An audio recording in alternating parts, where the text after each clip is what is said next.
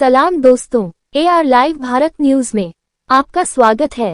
वटवा बीबी तालाब के पास कलापी hair cutting salon के मालिक वसीम खलीफा की अनजान व्यक्ति द्वारा तारीख 26 दिसंबर 2024 को दुकान में घुसकर हत्या कर दी गई थी।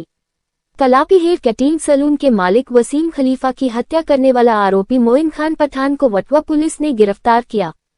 किस कारण से हत्या की गई, वीडियो में देखे पूरा खुलासा। Bureau report, AR live Bharat news, Ahmedabad. हमारी YouTube channel AR live Bharat news को सब्सक्राइब करें, हमारी वीडियो को लाइक करें, वीडियो को शेयर करें।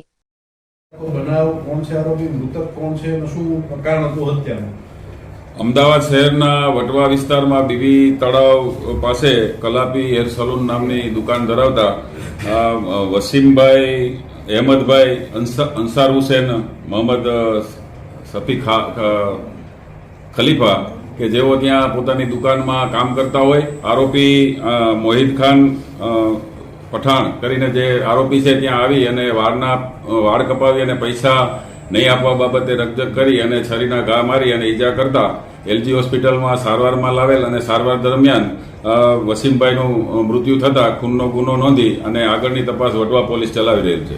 કેટલા ઘા છરીના મારવામાં આવ્યા હતા અને શું તકરાર થઈ હતી?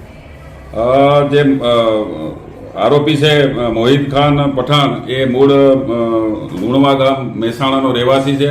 હાલમાં અહીંયા વટવા વિસ્તારમાં રહે છે અને ફરિયાદ જે મરણ જનાર છે વસીમભાઈ એની દુકાન ખાતે વાળ કપાવવા ગયેલ અને વાળ કપાવવાના પૈસા આપવા બાબતે રકઝક કરી અને પોતે થોડોક માનસિક અસ્વસ્થ હોય અને એનો સ્વભાવ જરાક ચીડિયો હોય, જેના કારણે છરીથી હુમલો કરી અને આડેધડ ઘા મારી અને મોત નિપજાવેલ છે। છરી સાથે લઈને જયો હતો કે સ્પેશિયલ લેવા કે જમણો કર્યા પછી? એ જ્યારે વાળ કપાવવા બાબતે રકઝક થયેલી અને પૈસા આપવા બાબતે રકઝક થયેલી, ત્યારબાદ જઈ અને ફરીથી આવી અને છરીથી ઈજા કરી અને મોત નિપજાવેલ છે।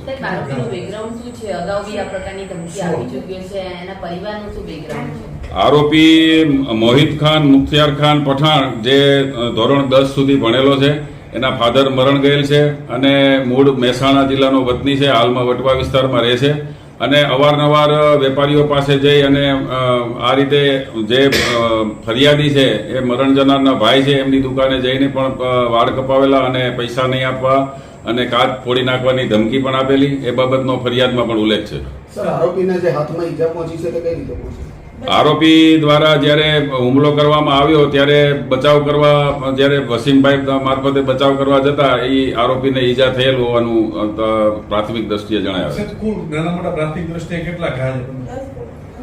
આશરે 10 જેટલા ઘા છે અને એમાં અમુક માઇનોર ઘા છે, બાકી જીવલેણ ઈજાઓ 5-6 જીવલેણ ઈજાઓને લીધે વસીમભાઈનું મૃત્યુ થયેલ છે।